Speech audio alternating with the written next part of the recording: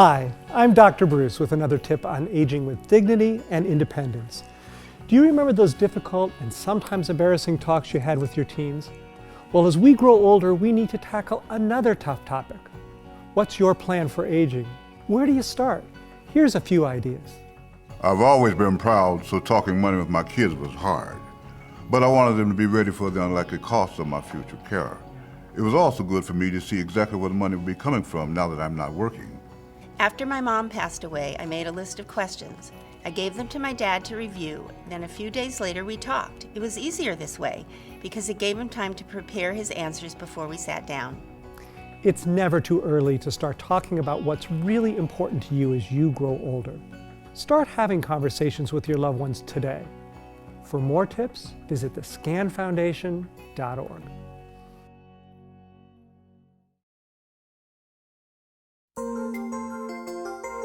Hi, I'm Dr. Bruce with another tip on aging with dignity and independence.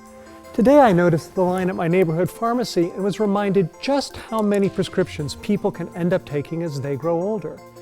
Keeping track of all of them is a challenge, but just as important is making sure all our doctors are kept up to date about these medications. Here's a few ideas to make it work. When I was taking only 3 or 4 different prescriptions, all I did was throw the bottles in my purse before every appointment. But now I take a lot more, so I keep a notebook and I can show my doctors everything I'm taking. I live alone and have no family, so I keep a list of my medications on the refrigerator, and then I can bring it to my appointments. Keeping track of your medications is vital, so make your list today and update your list every time you take something new. For more tips, visit thescanfoundation.org. Hi, I'm Dr. Bruce with another tip on aging with dignity and independence. As we grow older, it's good to look around our homes and to make sure they're both comfortable and safe. A few quick fixes can make all the difference. Here's a few ideas. Putting up bars in the shower was a simple fix, but even more useful was moving all glasses down from the top shelves so I could reach them easily. I was worried about my dad slipping and falling, so I just took out the throw rugs in his apartment. Steps were becoming harder for me, so I moved my bedroom downstairs to what used to be the spare room. Take a walk through each room and outside, and make a list of potential risks, things like dark hallways or cracks in the pavement that may cause you to trip and fall. You'd be surprised how simple and inexpensive solutions can make a big difference. For more tips, visit thescanfoundation.org. Hi, I'm Dr. Bruce with another tip on aging with dignity and independence. Today I found a new phone book on my driveway and wondered how many resources might be listed under aging. You know, not so many. So where do you look for help with errands, housekeeping, information on Social Security, getting help in your home? Things we all may need as we grow older. The good news is that all communities have a one-stop information center. I want to stay independent, so I went to eldercare.gov to find services in my community. I'm not good at computers, so I just called the 800 number. The lady gave me the names and phone numbers for all sorts of organizations right in my own neighborhood. It was easy. Knowledge is power, so start exploring today and find resources available in your community.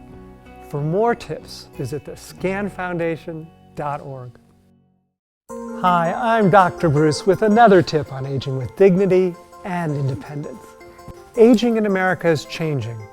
People are living longer lives. So what's the secret? Better health care? Definitely. But staying active also makes a big difference. Seeing friends, trying new things, getting involved, all help you stay healthy. Here's some ways to get started. When I retired, I realized I could only play so much tennis. Luckily, my daughter gave me a brochure for classes at the park, and now I am learning the piano.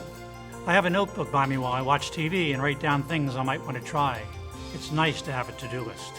I never thought my dad would go to a senior center, but now he's teaching a class. Staying active and having a sense of purpose are essential to healthy aging. So go on, get busy. For more tips, visit thescanfoundation.org.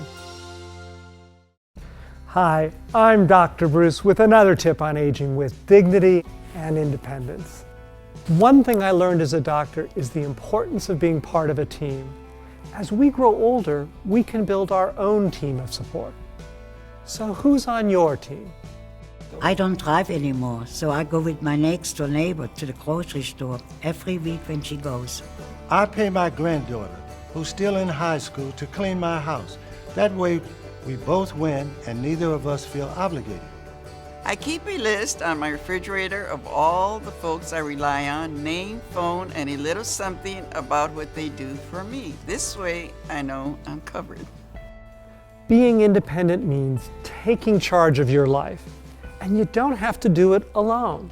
So reach out and start building your team today. For more tips, visit thescanfoundation.org. Hi, I'm Dr. Bruce with another tip on aging with dignity and independence. Asking for help can be really hard, especially for people who've always had a can-do outlook on life. Yet people who age well know when to ask for help. So think about the things that might make your day a bit easier and who you could ask. It could be transportation, help around the house, or maybe just a little company now and then. Asking my kids for help was really tough, so I made a list of what I needed, and then I let each of them decide what they could do. When I first hired a caregiver, she asked me all sorts of questions about what I wanted her to do. Being clear about what I want and need makes it work. So ask yourself, what do I need? Make a list and ask for a little help. For more tips, visit thescanfoundation.org. Hi, I'm Dr. Bruce with another tip on aging with dignity and independence. When we're healthy and active, none of us can imagine slowing down and needing help. But here's a fact that may surprise you. 70% of folks over the age of 65 need additional help in their everyday life. And on average, they'll need this help for 3 years. I'm still pretty active, but getting down on my knees to scrub the bathroom is something I don't have the strength to do. With my eyesight getting harder to read or to drive, I do find I need some help. My dad lives alone, and with me being so far away, it's really nice to know that he has someone coming in 3 times a week to help him with cooking and cleaning. Explore your options now, and keep in mind, Medicare doesn't pay for most of these services over the long term. So don't wait and start planning today. For more tips, visit thescanfoundation.org. Hi, I'm Dr. Bruce with another tip on aging with dignity and independence. Most of us over the age of 65 will need some additional help getting to the grocery store, preparing meals, sorting medicines, and other daily needs. But many of us don't have enough money saved to pay for this care. Here's a few stories. Well, Dad lives with me, but his memory's fading a bit, and we really need adult daycare, and Medicare doesn't pay for it. Mom had a stroke, and Medicare only covered a couple of months of nursing home care. After that, we had to start paying out of pocket, and it was really expensive. I don't feel strong enough to live at home anymore, but I don't know what my choices are. It's really important to start planning as early as possible for future needs. Make a plan, find out what resources are available near you, and start saving money today. For more tips, visit thescanfoundation.org. Hi, I'm Dr. Bruce with another tip on aging with dignity and independence. Staying home and relaxing can be wonderful, but it's also important for our health and well-being to be active socially. So where can we go and what can we do, especially if we don't want to spend a lot of money? My daughter insisted I go to the local senior center. I was shocked at how many classes and services they had to offer. They even had a day trip to see a play, and it wasn't expensive at all. I come every Friday for lunch and book club, and I enjoy seeing my friends once a week. I thought senior centers were for old people, but it's the best thing that's happened to me. I've made so many friends. Community centers are available in most areas. Nearly all of them offer a wide range of activities for seniors. So stop by one in your neighborhood today. For more tips, visit thescanfoundation.org.